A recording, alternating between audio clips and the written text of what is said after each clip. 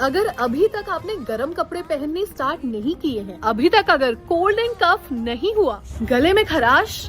और सर में भारीपन, घुटनों से अगर कड़कड़ की आवाज नहीं आने लगी, तो बस आप कतार में हैं उन करोड़ों लोगों की जो आपको नजर लगाने के लिए बैठे हैं, आपके ऊपर इन सभी चीजों का होकस पोकस करने के लिए तैयार है। इसलिए इस विंटर्स अपना ध्यान रखें, अच्छा खाएं, अच्छा पहने